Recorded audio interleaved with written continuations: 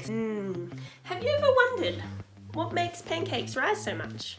And what makes them so fluffy? Well, grab an apron because we're going to do some kitchen chemistry today. I've got all my ingredients measured out. We've got butter, which I'm going to melt in a moment, plain flour, bicarb soda, baking powder, and some salt, as long as sugar, an egg, and some milk. So that's it, so let's go ahead and get started. Whenever we're cooking with bicarb soda, because it's a base, we want to make sure that there's enough acid to neutralize and to produce the carbon dioxide bubbles. First step is what we always want to do is add some sort of acid to our milk. Milk is already slightly acidic, but I'm just going to add a teaspoon of extra vinegar just to make sure that we can neutralize all the bicarb soda.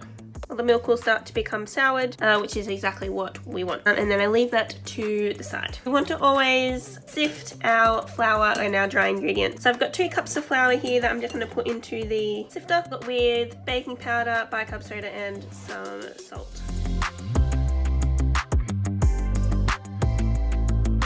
Now we want to add our wet ingredients. So we're going to crack our egg into the milk, give that a whisk. And we're also going to add our melted butter. So once that's all mixed up together, we're now just going to slowly add our wet ingredients to our dry ingredients. I definitely should have used a bigger bowl for this. Okay, we want to use a whisk because that's going to add more air in as well. You don't need to whisk it too long, just till it goes soft. And that's our pancake batter.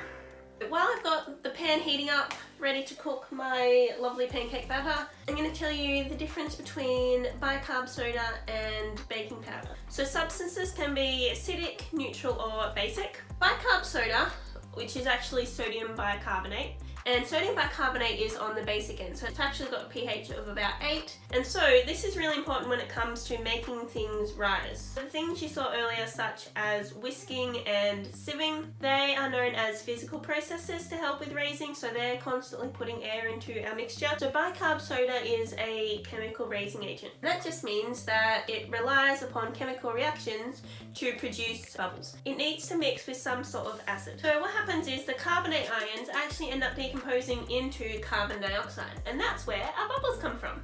Some people complain that using bicarb soda gives your cooking a bit of a metallic taste. That's because you've not added enough acid to neutralize the bicarb soda. So there's still some of this sodium bicarbonate left over, okay, and it can be a bit ugh.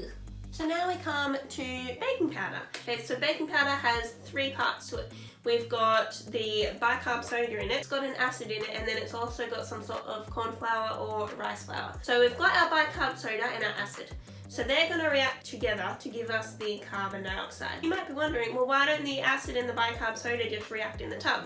But that's where our third ingredient, the corn flour or the rice flour, come in. Okay, and that kind of stops the reaction from happening. Right? If you've had these around for a long time because you don't use them all, because they give you quite a big tub for like a little amount that you need, I suggest you chuck it out and get a new one because they do lose their effectiveness and then your cakes won't rise, unfortunately. So that's it for chemical raising agents. So let's get back to cooking. Right, now you want the pan not too hot so that it cooks too quickly. And what you're going to do, I'm just going to take a scoop. I like to use an ice cream scoop.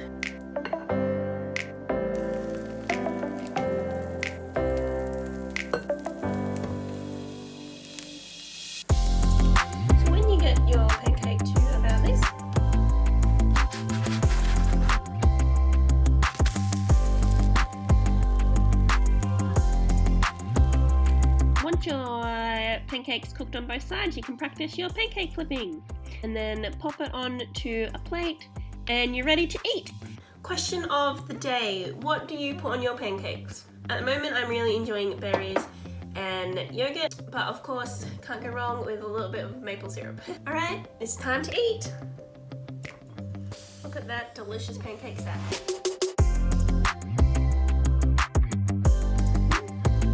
So that's it for today's episode on fluffy pancakes. If you want the recipe, click the description below and I've put my link in there. Let me know in the comments if you try it, and don't forget to tell me what your favourite pancake flavour is. So go and eat some pancakes, drink some coffee and enjoy your day.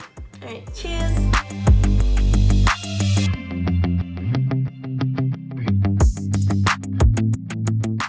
Hi, and welcome to the Hello. Hello. Hello. Hello. Apron, because we're gonna whoops. My AirPods fell out. Whisk. Whisk. How do you say it? Whisk. You watch carefully. Oh, not that one. Sifting. Sifting? Sifting. I don't know. Either one.